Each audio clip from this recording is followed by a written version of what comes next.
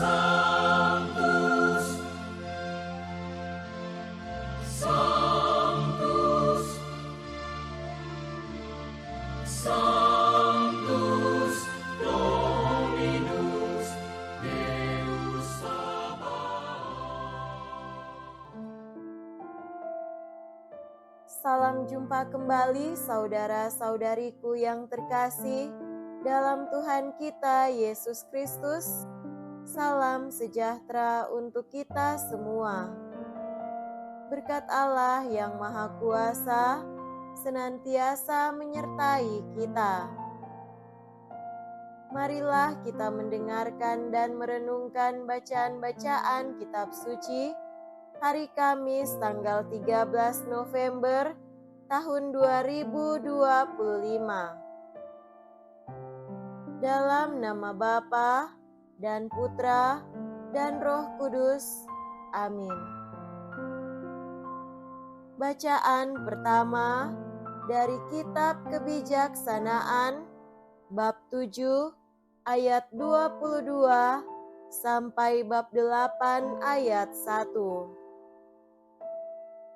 Di dalam kebijaksanaan ada roh yang arif dan kudus, tunggal, majemuk dan halus, mudah bergerak, jernih dan tidak bernoda, terang, tidak dapat rusak, suka akan yang baik dan tajam, tidak tertahan, murah hati dan sayang akan manusia, tetap, meyakinkan dan mantap, maha kuasa dan memelihara semuanya, serta menyelami sekalian roh yang arif, murni dan halus sekalipun. Sebab kebijaksanaan lebih lincah dari segala gerakan, karena dengan kemurniannya ia menembus dan melintasi segala-galanya. Kebijaksanaan adalah nafas kekuatan Allah dan pancaran murni kemuliaan yang maha kuasa. Karena kebijaksanaan merupakan pantulan cahaya kekal dan cermin tak bernoda kegiatan Allah serta gambar kebaikannya. Meskipun tunggal, namun kebijaksanaan mampu akan segala-galanya, dan walaupun tinggal di dalam dirinya, namun membarui semuanya.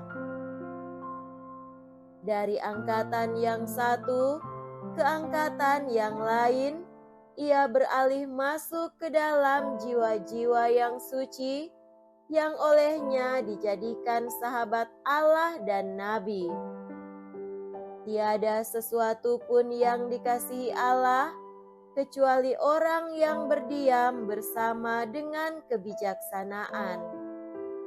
Sebab kebijaksanaan lebih indah daripada matahari dan mengalahkan setiap tempat bintang-bintang.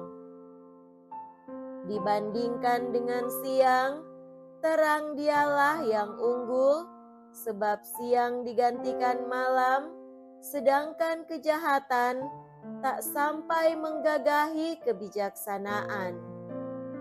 Dengan kuat ia meluas diri dari ujung yang satu ke ujung yang lain, dan halus memerintah segala sesuatu. Demikianlah sabda Tuhan. Syukur kepada Allah.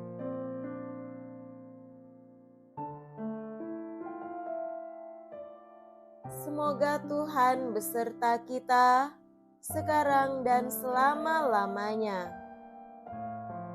Inilah Injil suci menurut Santo Lukas.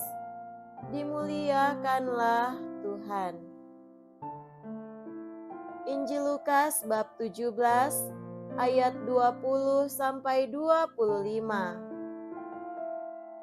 Sekali peristiwa, orang-orang Farisi bertanya kepada Yesus, kapan kerajaan Allah datang?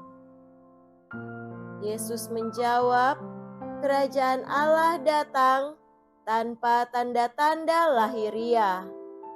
Tidak dapat dikatakan, 'Lihat, ia ada di sini,' atau 'ia ada di sana.'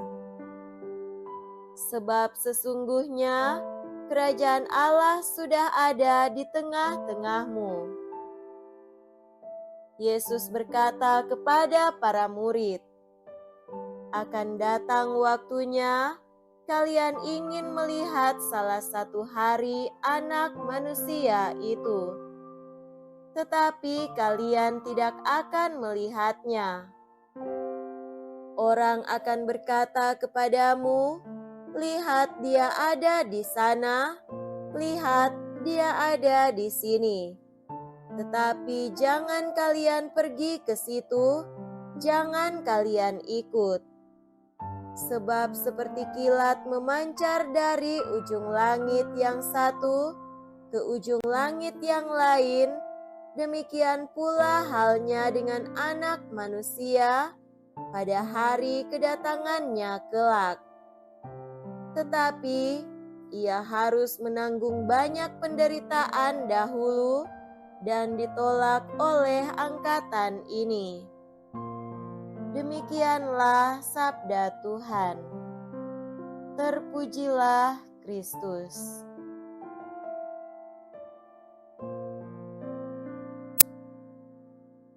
Saudara-saudariku yang terkasih dalam Tuhan kita Yesus Kristus, tema renungan kita pada hari ini adalah Kerajaan Allah ada di tengah-tengah kita. Orang Yahudi percaya bahwa kedatangan tiba-tiba dan tidak terduga dari Sang Mesias yang dijanjikan akan disertai dengan tanda-tanda khusus. Mereka juga percaya Dia akan menjadi Mesias politik yang akan memerintah atau menjadi raja atas Israel selamanya setelah menggulingkan semua penguasa lain. Oleh karena itu, mereka bertanya kepada Yesus tentang tanda-tanda yang menyertai kedatangannya sebagai Mesias dan kerajaannya jika Dia memang Mesias. Menjawab pertanyaan-pertanyaan tentang kedatangan kerajaan Allah itu, Yesus berkata bahwa kerajaan Allah tidak berada di sini atau di sana. Kerajaan Allah itu bukan tempat, waktu, atau orang tertentu. Yang terdekat yang Yesus definisikan adalah bahwa kerajaan Allah ada di tengah-tengah kita. Bahkan, Ia dapat ditemukan di dalam diri kita. Yesus merujuk pada dirinya sendiri sebagai jalan menuju Allah. Dia juga adalah kebenaran yang kita butuhkan untuk diselamatkan. Dia juga memberikan hidup, dan kematian pun tidak dapat mengalahkannya. Dia memperingatkan kita agar tidak percaya atau terpengaruh oleh warta-warta palsu yang mengklaim akan membawa kita ke kerajaan itu. Saudaraku terkasih, kerajaan Allah adalah tempat Allah berkuasa. Yesus sendiri mengajarkan apa yang dikehendaki Allah untuk kita lakukan. Yesus sebenarnya sedang memberitahu kita tentang kerajaan. Dialah perwujudan terbaik kerajaan Allah itu. Ketika kita mengikuti Yesus, Allah berkuasa di dalam kita. Menjadi seorang Kristen sejati berarti menjadi bagian dari kerajaan Allah. Jika kita percaya bahwa Yesus Kristus adalah Tuhan dan Juru Selamat kita, kerajaan Allah sudah ada di dalam diri kita. Jika kita memilih untuk mengikuti jalan pelayanan dan pengorbanan Yesus, kerajaan Allah sudah ada di dalam diri kita. Jika kita lemah lembut dan rendah hati seperti Yesus, kerajaan Allah sudah ada di dalam diri kita. Jika kita mempercayakan hidup kita ke dalam tangan Allah, di tengah kekacauan dan kekhawatiran dunia ini, kerajaan Allah sudah ada di dalam diri kita. Kerajaan Allah juga adalah iman yang kokoh kepada Yesus, karena Dia adalah tempat berlindung yang aman bagi kita setiap kali kita dihantam oleh cobaan kehidupan sehari-hari. Maka pertanyaan yang relevan bagi kita bukanlah kapan kerajaan Allah itu datang dan apa tanda-tandanya. Kita harus bertanya, siapa atau apa yang berkuasa di dalam hati, pikiran, dan jiwa kita? Kerajaan mana yang kita ikuti? Siapa atau apa yang kita ikuti? Yesus adalah Raja di atas segala raja. Dia adalah satu-satunya Raja yang mengalahkan maut dengan bangkit kembali. Dia diikuti oleh begitu banyak orang dari berbagai budaya. Kata-kata dan tindakannya dipahami oleh semua orang. Dia adalah Raja yang tiada duanya. Dia adalah Raja bagi semua bangsa untuk selamanya. Di mana Yesus disembah dan diikuti, disitulah kerajaan Allah. Semoga demikian. Amin. Dalam nama Bapa dan Putra dan Roh Kudus. Amin.